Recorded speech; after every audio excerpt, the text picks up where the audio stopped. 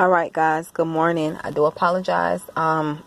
Excuse me. You may hear some background noise. I am parked at the library waiting for them to open up so I can go in and do what I need to do.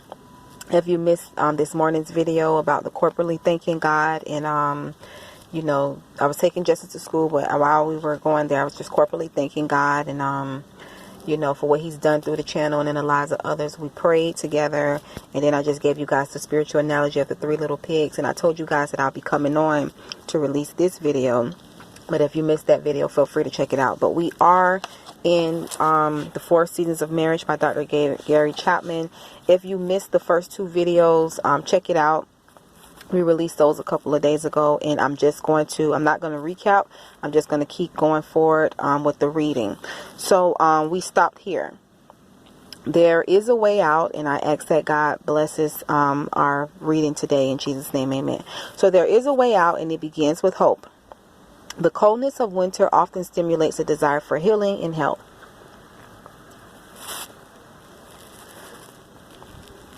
It is the sick who seek a physician and find healing. A winter marriage often makes couples desperate enough to break out of their silent suffering and seek the help of a counselor, pastor, or trusted friend. Those who seek help will find it. And like I said in the first video, guys, I'm not a marriage counselor. The Lord led me personally to read this book. And he touched my heart to read it on the YouTube channel as well with you all. And someone else also requested that we read it. So this is just glory be to God. Just to be a blessing to you guys as I'm being blessed by it. Check out the first 2 videos with us reading this to see more about what I was saying in the description box, because I won't get back into that again today. I'm just going to read. But I just wanted to put that out there. I do have my bachelor's in psychology, but I'm not a marriage counselor. I'm not saying, you know what I mean? So like I said in the first video, I don't want no one coming, catching the back end on it and saying something and they didn't hear what I said the first time. Okay, so anyway, guys, let's continue on. So a winter marriage often makes couples desperate enough to break out of their silent suffering and seek the help of a counselor, pastor, or trusted friend. Those who seek help will find it. Through the process of healing, couples come to experience the positive side of winter. As one husband said, we realized that through the pain we rediscovered our roots, affirmed our faith, and grew in character. Often it is the trials of life that produce patience and perseverance. God can use marital winters for good. Working through the season of winter may never be fun or exciting, like sledding down a steep hill or a ski trip to Vail. But when couples persevere and begin to take positive steps to improve their marriage, they emerge stronger, more committed, and better able to work through their differences. Through the years, I have seen numerous couples move from winter to spring. When the failures of winter are confessed and forgiven, forgiveness makes room for love, and love covers over a multitude of sins. By extending the olive branch of peace, even in the midst of pain and alienation, countless couples have discovered the potential for deep healing and an even deeper intimacy. The scars of failure are reminders of sin, a desperate need for forgiveness, and the power of God to save. Excuse me, guys. The good news is that forgiveness and God's power are always available to those who seek Him. When 2 people choose to love again, the melting ice of winter will water the seeds of spring, and winter has served its ultimate purpose. In part 2, we will look at the tools necessary to move from winter to spring. But first, let's identify the characteristics of the other 3 seasons of marriage. So now we're going to jump into spring. So it says, in the world of nature, spring is the time for new beginnings. In my corner of the world, I know it is spring when the crocuses lift their heads above the soil and smile. They are soon followed by the daffodils and the greening of the grass. On occasions when the crocuses celebrate too early, I've seen them blanketed with snow, but this never seems to bother them. It is as if they know that winter's last fling will soon give way to the reign of spring. Inspired by the courage of the crocuses, all nature begins to bud and soon blossoms into its full beauty. As it happens, the arrival of spring often intersects with Easter, which celebrates the ultimate triumph of life over death. Spring is where most marriages begin. The excitement of creating a new life together, giving men and women the courage to make a covenant marriage commitment, to love and to cherish in sickness and in health, in poverty and in wealth, so long as we both shall live. These words have The ring of spring. What could be more exciting than joining two lives together to help each other accomplish the purposes for which they were created? Yes, marriages begin in the springtime. Janet, a 33-year-old newlywed I met at a marriage seminar in Alabama, captured the excitement of spring when she described her 6-month-old marriage. It's full of joy. It's exciting to watch our relationship grow and develop. That in love high just deepens and becomes richer each day. Every day is an opportunity to find a way to live out my love for my husband. In some ways it's scary because there is that fear of not measuring up. Let me see, can I put it like this? Not measuring up. Okay, and having older couples express their thoughts of just wait a few years and it won't be so wonderful makes me think, why not? Can't we make the daily choice to keep this joy alive and maturing? Janet was excited and happy about her marriage, and she intended to keep it that way. She was a bit ruffled by people who would want to snow on her crocuses, but she was certain that their dire predictions need not become a reality. Marriage is not a lifelong springtime, but we can come back to the optimism, enthusiasm, and joy of spring many times in the course of our lives. We'll inevitably have our seasons of summer, fall, and winter as well, though not necessarily in that predictable order. As mentioned earlier, the seasons of marriage are not chronological, and thus springtime is not exclusively for newlyweds. The seasons repeat themselves numerous times throughout a marriage, and because we are creatures of choice, we can create new beginnings whenever we desire. More about the process later, and I do apologize, guys, about the background, but I am in a public place. But I'm still having to get this book out and upload these videos. Amen. So more about the process later, but first, wait, let me see. Okay, the seasons repeat themselves numerous times throughout a marriage.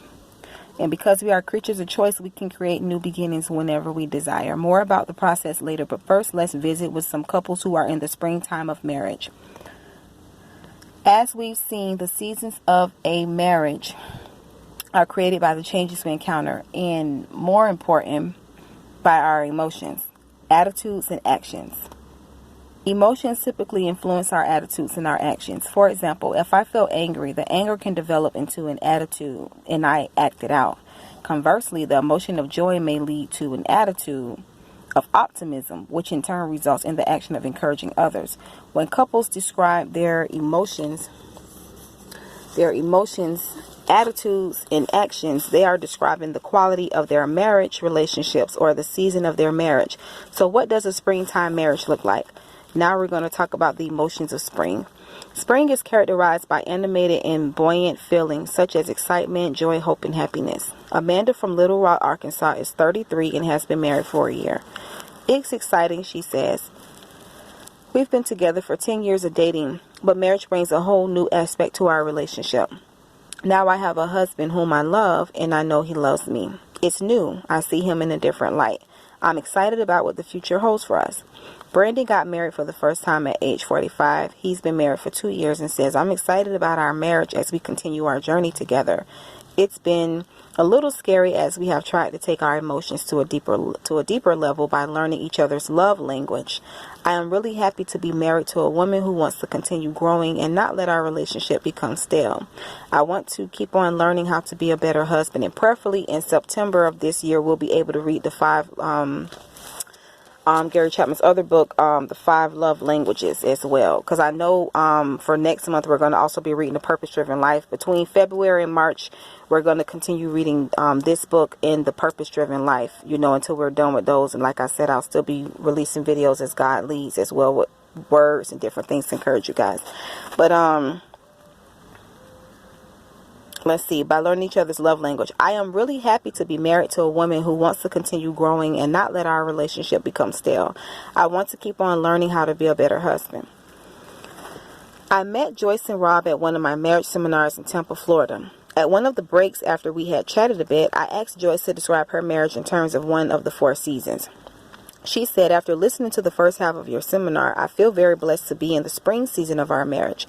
Our excitement over being married has subsided slightly, but I still get that excited feeling at times when I look at my husband. Yes, I am happier now than I have ever been in my life. I love my husband and I love being married. How long have you been married? I asked. 7 years. 7 years. Rex in Bonnie have been married for 26 years and live in Richmond, Virginia. Rex said, our first child was born the day after our first anniversary, so it seems like we have always had kids at home. Now we are empty nesters and have only each other. We find we are enjoying our time together, our conversations, and our sharing of thoughts, concerns, and interests. We enjoy doing things together. 1 second, guys. Our grown kids say that they want to find marriage relationships like their parents enjoy. That is very gratifying to both of us. After 26 years, Rex and Bonnie are rediscovering the springtime of marriage. I met Ryan and Michelle in Phoenix, Arizona. We are entering a new stage of our marriage, Ryan said. It's like we are starting all over again. We moved here 3 years ago from the Midwest, and it has been like a second honeymoon for us. Before we moved, we were beginning to get into a rut and frankly not giving much attention to each other. Since the move, we have spent a lot more time talking with each other and doing things together. Both of us have found a new excitement about life and about our marriage. We are the happiest we have ever been. On another occasion, after I had completed a lecture titled Making Sex a Mutual Joy, a woman named Leslie said to me, "It's true. I love being married to Sean, and besides all that, our sex life is terrific. It's like I have rediscovered my femininity, and I feel so loved by my husband. It's a whole new season in our marriage." Sean and Leslie were experiencing the emotions of spring. Now we're talking about the attitudes of spring. In the springtime of marriage, spouses have positive attitudes toward each other and toward life in general. The typical attitudes of spring,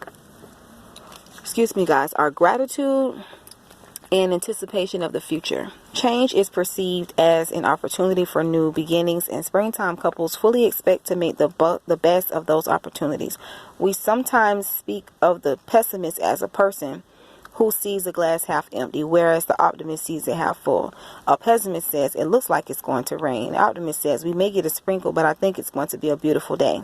In the season of spring, couples have an optimistic attitude about their marriages. In the world of nature, spring has its pollen. If people curse the pollen, you know that spring is not their favorite time of the year. But if they talk optimistically about the flowers and the butterflies, even while sneezing from the pollen, you know that they are in love with spring.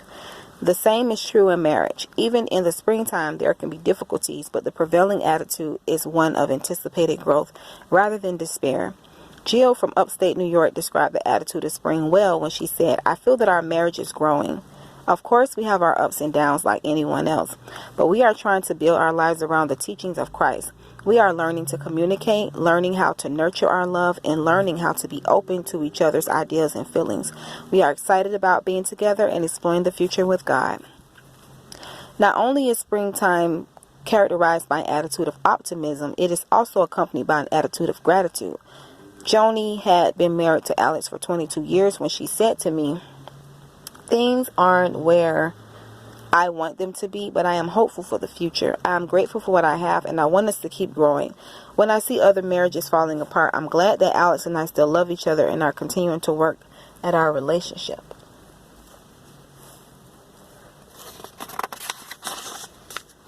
Alex expressed a similar attitude. "We've learned to communicate pretty well. We've learned that we don't have to agree on everything. Sometimes we'll agree to disagree and seek to understand each other's point of view. But we love each other, and that is the central focus, along with our love for God." Guys, give me 1 second to get some water. I'll keep it on here in case if you want to keep reading, but just bear with me a second because this is a lot of reading. So sometimes I'll be needing to get some water. Okay, along with our love for God. So that helps us overcome any differences we have because we agree more than we disagree. I'm deeply grateful for the marriage God has given us. The attitude of love blossoms beautifully in the spring.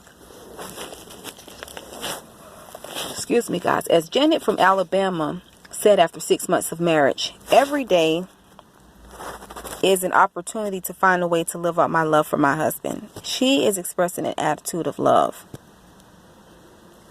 Amy, a woman I met in Indianapolis, said, "My husband is very considerate and that has rubbed off on me.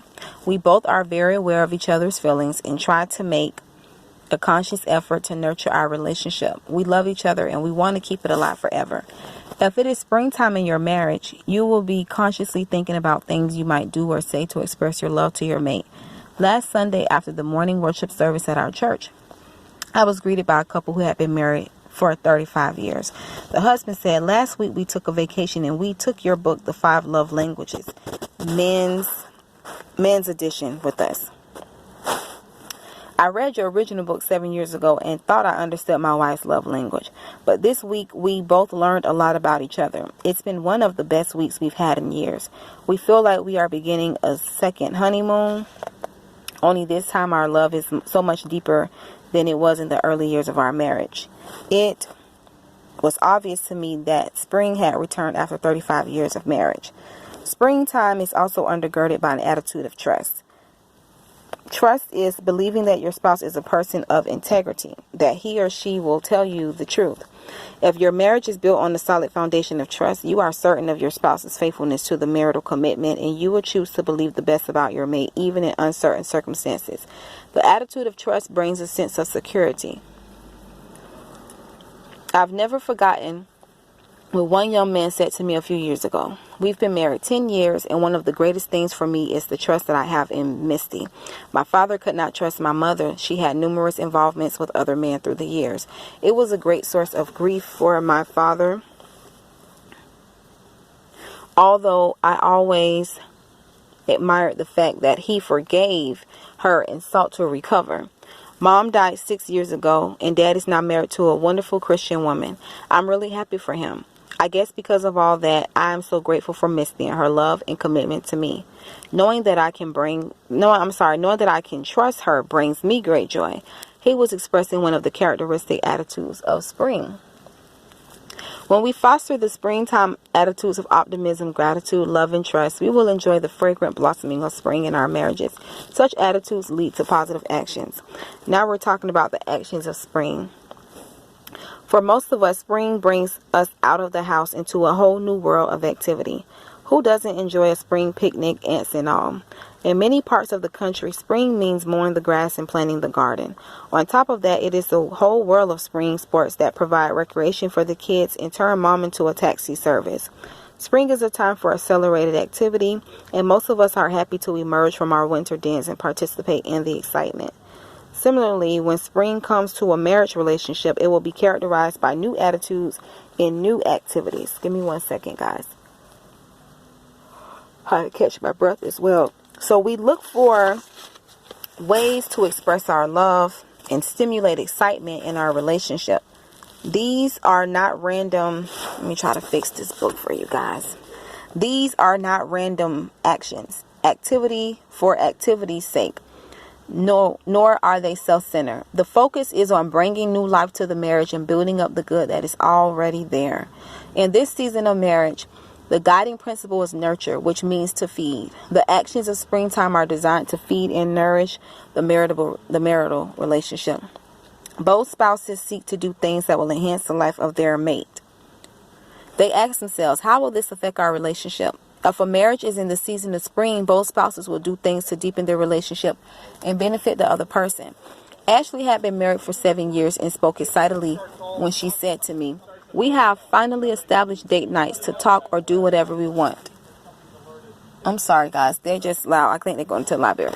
"I am now okay with leaving our children with grandparents." This fresh start action, establishing a new habit of date nights, and indicates that Ashley and her husband Gray are moving into spring. Heidi and Jeremy have been married 1 year. "We're newlyweds," Heidi said. "We are reading books on communication and marriage. We are attending conferences about how to keep our marriage healthy." Sorry about that, guys. And I just finished eating breakfast, so my stomach is kind of still not growling because I'm full, but I don't know, whatever it's doing. I guess it's digesting. I don't know. So we are attending conferences about how to keep our marriage healthy. And we are asking God to lead us into our lives and be a part of our marriage.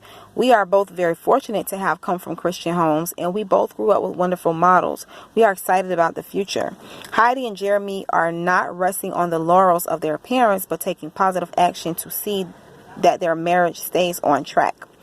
In the first 2.5 years of their marriage, Jake and Kendra had already experienced a season of winter. But when I met them, they were definitely experiencing spring. "How did you make the transition?" I asked.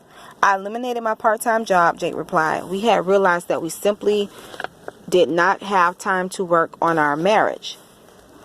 The money was nice, but it wasn't worth it. We made a move to another town only 30 miles away, and it gave us a fresh start. We both rekindled our individual relationships with God. This has made a big difference. Kendra added, when we brought God back into our lives, we began to see the positive things about each other and focus on those. We began to pray together and play together. It has made a world of difference for us. We are actually enjoying being married again. We know that God has good things for us in the future. I met Julian and Dorothy in Richmond, Virginia.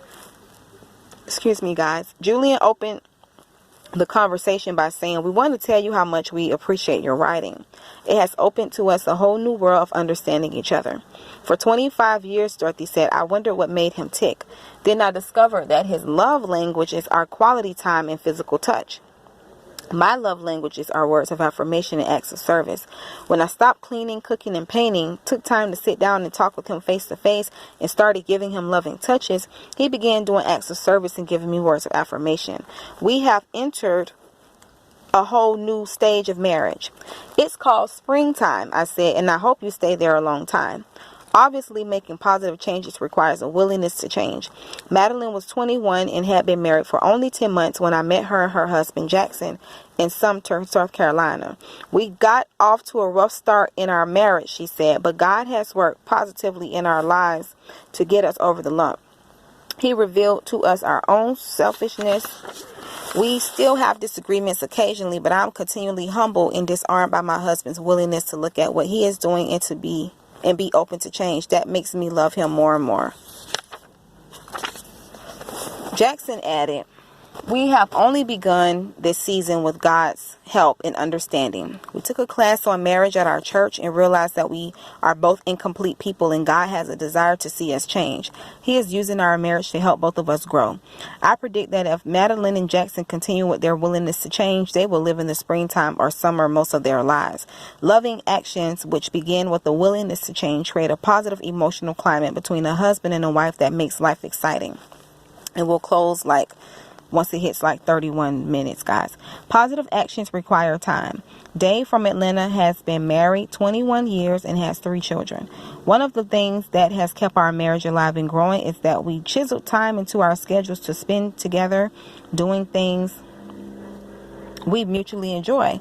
We have experienced tragedies in our family, and that has forced us to realize the importance of nurturing our marriage. I like the picture that Dave used. We chiseled time into our schedules. If we don't make time for each other, no one else will do it for us. Learning how to take positive action sometimes requires outside help. For Jerry and Jan, the first 8 years of marriage were, in a word, miserable. We didn't agree on anything, Jan said. We spent most of our time arguing, and both of us had come to regret that we had married. But all that changed a year ago. We've taken steps, both together and individually, through Christian counseling. We've learned to accept responsibility for ourselves and to enjoy the uniqueness of each other without controlling the other. The one key element for us is having Christ in our lives and learning to be more like him. Jerry and Jan illustrate the reality that some couples will need professional help. Being willing to go for counseling is a positive action that often results in the return of spring. Andrew and Trisha got off to a much healthier start. When I met them 2 years into their marriage, Andrew said, before we got married, we sought out mentors and wise, trusted counselors to help us prepare for our life together. Communication has been a big part of our relationship. Before marriage, we communicated expectations and how families play into our lives in marriage. One of the things we learned was to laugh together every day. There is something about laughter that makes life easier. We seek at least one way every day to express our love to each other. Notes, actions, or words. We've had a great 2 years and anticipate a great future. Positive attitudes engender positive actions. I'm going to read that again, guys. Positive attitudes engender positive actions, and loving actions result in positive emotions. Wrap these 3 together and you have the springtime of marriage. In summary, a spring marriage looks like this. So I have the camera on the chart. If you checked out the winter, when we were reading about the winter, there was a winter chart. So now we're on a spring chart. Spring emotions are excitement, joy, and hope. Spring attitudes are anticipation, optimism, gratitude, love, and trust. Spring actions are nurturing, planning, communicating, seeking help when needed. And then the climate of relationship is vital, tender, open, caring. Spring is a time of new beginnings. The flowers are blossoming. The flowers are blooming. The streams of communication are flowing. There is a sense of excitement about life together. Couples are making plans. They have great hopes for the future. They are planting seeds from which they hope to reap a harvest of happiness. And give me a moment to get a little bit more water. I'm going to leave it on here in case y'all want to screenshot this or take some notes. If you have the book and you're reading along with me, let me know. If you don't have the book but you are enjoying me reading to you, how has this book been a blessing to you? How is it encouraging you? What are you learning from it? What have you learned? What is God saying to you personally with this this particular series is for you? So let's go on to the next one because summer is next. So here's the downside of spring. Lest you think that spring has no problems, let me warn you about poison ivy. A few years ago, as I was getting ready to plant my spring garden, I learned an important lesson in plant identification. The season before, I had erected a wire fence to protect my garden from rabbits. As I was turning the soil, preparing it for planting, I noticed ivy growing on my fence. Where did that come from? I thought. I didn't plant any ivy. With a few fast pulls of the hand, I removed the ivy from my fence. The next day, when I woke up with itching welts on my hand and wrist, I realized I had tangled with poison ivy. For the next few days, I was greatly irritated by intense itching. In a springtime marriage, we may encounter poison ivy. Irritations that pop up unannounced and unexpected. These irritations can cause marital itching, even in the midst of springtime. They can ruin a perfectly wonderful vacation or turn a fine dinner into an emotional fiasco. These irritations do not change the season, but they may make spring less enjoyable. As part of Strategy 6, we will discuss how to turn these irritations into assets as we maximize our differences. For the moment, however, let me encourage you to share your irritations with your spouse and be open to change. Spring often leads a couple to make positive changes. It is a time of new beginnings, new patterns of life, new ways of listening and expressing concern, and new ways of loving. If we successfully implement and nurture these positive changes, springtime will give way to the fun and warmth of summer. On the other hand, if we fail to follow through with new beginnings, we may find ourselves skipping summer altogether and slipping straight into fall or winter. But missing summer is like missing the ice cream truck. It's enough to make a grown man cry. In the next chapter, we will look at the season of marriage that you don't want to miss, and that is summer. So we won't be able to read all of summer today. I'll try to in our next 4 Seasons of Marriage video to continue on wherever we leave off. But we'll be able to read for a few minutes today. So summer. Beyond the elm tree, closer to the creek, I planted 5 crepe myrtles. The first few years, they grew slowly. Maybe because of poor soil or my lack of attention. But this summer, they are in full bloom, heavy laden with clusters of red. I've learned from others that crepe myrtles bloom at different times, even in the same geographical location. 1 second, guys. All right, guys, I apologize about the pauses. I'm pressing through. Okay, so they bloom at different times, even in the same geographical location. Up by the apartment complex on the highway, they started blooming in early June, but the ones I planted bloom in mid to late July. They signal for me that summer reigns. At this time of year, we are also eating fresh corn, okra, and tomatoes. Nothing tastes better than the vine-ripened tomato in the middle of summer. I have some friends who would say the same thing about watermelon or squash. Summer is when the gardener reaps the benefits of what was planted and nurtured in the spring. For children, summer is the time to relax. School is closed and the pool is open. And if one lives near a creek, as I do, it's fun to catch tadpoles. The sun stays awake longer, and so do the kids. Hot, sweaty faces indicate intense activity, but for children, it is sheer joy. Do we have to come inside? We're having fun is the mantra of summer. Fun is also the theme of a summer marriage. Life is beautiful. We are reaping the benefits of our hard efforts to understand each other and to work together as a team to see the dreams of spring fulfilled. Excuse me, guys. The anticipation of spring has turned into the reality of summer. The initial excitement may have waned, but our sense of connection with each other has deepened. We have fewer misunderstandings, and when we do, resolutions come more quickly. We may or may not have reached our financial goals. We may or may not have children. We may have good health or poor health. Our vocation may be satisfying or frustrating. But if our marriage is in the season of summer, we will share a deep sense of commitment and satisfaction, and we will feel secure in each other's love. So what are the emotions, attitudes, and actions that foster and sustain the season of summer in a marriage? From Maine to Miami and from Seattle to San Diego, I've encountered couples who have described their marriage as being in the summer season. Let's look at a few examples, and we're going to jump now into the emotions of summer. Okay, sorry about that. My finger was in the way. The emotions of summer. So, summer is characterized by feelings of happiness, because it felt like something was in my eye. So like the last 3 pauses, I've been trying to get whatever that was out. So summer is characterized by feelings of happiness, satisfaction, accomplishment, and connection. Look for the words that describe these emotions in the following stories. And we have another few seconds, guys, and then I think it's going to cut off like at 49. So Julia is 37 years old and has been married for 16 years. Summer feels good, she said. We're on the same page, and as my husband always says, it makes our marriage fun. It opens up my heart to communication. Hale is 63 and has been married to Geneva for 41 years. I met them in Pasadena, California. He said it is a good feeling to be content with myself and my wife's. Apologize about that, guys. That's the sheriff in this season of life, because the library that I go to when I'm in this city is across the street from the courthouse. So let's read one more sentence, guys. By content, I do not mean that I have stopped working to make it better. And we're going to stop, guys. I pray that y'all were blessed by this video. You guys have a great day.